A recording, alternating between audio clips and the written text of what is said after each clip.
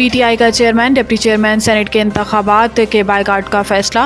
PTI ने chairman senate और deputy chairman senate का इंतखाब इस्लामाबाद हाई कोर्ट में चैलेंज कर दिया। पीटीआई के 5 सेनेटर्स की जानिब से दायर दरखास्त में मौक़िफ़ इख्तियार किया गया है कि आइन के मुताबिक सेनेट अरकान की कुल तादाद 96 है, जिसमें तमाम सूबों की यकसा नुमाइंदगी है।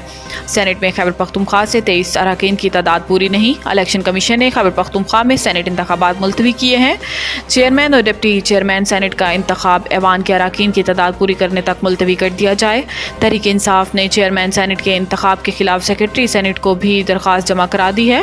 दरख्वास्त पर सेनेटर जरका तैमूर, सैफ अबड़ू, फलक नाज चतराली, फौजिया अरशद और सैफुल्ला न्याजी के दस्तखत भी मौजूद हैं।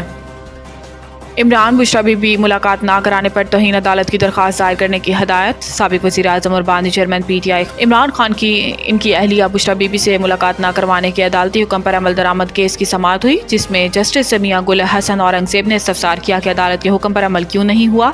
अदालत ने एडवोकेट जनरल ऑफिस को मुतलका हुकाम से रब्ता करके आज ही आगाह करने की हदायत की और एडवोकेट जनरल इस्लामाबाद को अदालत तलब कर लिया। समाअत के आगाज़ पर जस्टिस मियां गुल हसन औरंगज़ेब ने इस्तफसार किया कि हमने हदायत की साथ दरख्वास्त निपटा दी थी, जिस पर दस्तखत गुजार के वकील उस्मान गिल ने जवाब दिया कि हमने इसी अदालत के हुक्म पर अमल दरामद किया, दरख्वास्त दी है।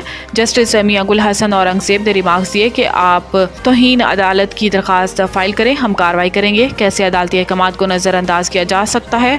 वकील उस्मान गिल ने सदा की है कि ईद पर मुलाकात की इजाज़त देने का हुक्म दिया जाए, ये जेल हुकाम के इख्तियार में भी है।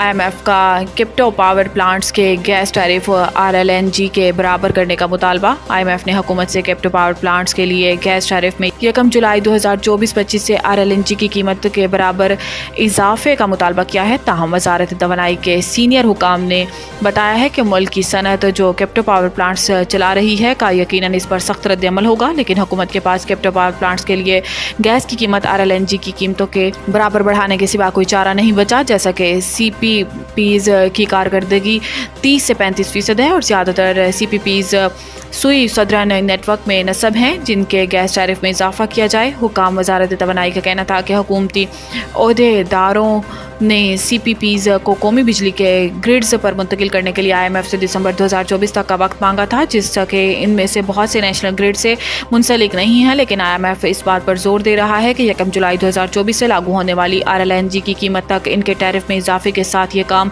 जून 2024 तक मुकम्मल होना चाहिए।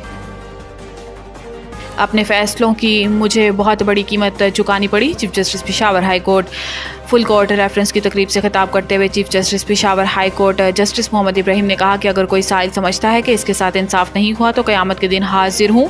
31 साल के अरसे में 15,000 फ़ैसले दिए। जस्टिस मोहम्मद इब्राहिम ने कहा है कि 15,000 फ़ैसलों में 509 फ़ैसले सुप्रीम कोर्ट में चैलेंज हुए। इनमें से भी 279 को अदालत उज़्मा ने बरकरार रखा। पिछले कुछ अरसे में हमने कानून के मुताबिक फ़ैसले किए, मगर हमें सियासी जमात से मनसूब किया गया। हमारे कानून के मुताबिक फ़ैसलों पर सियासी जमातों की जानिब से तनकीद की गई।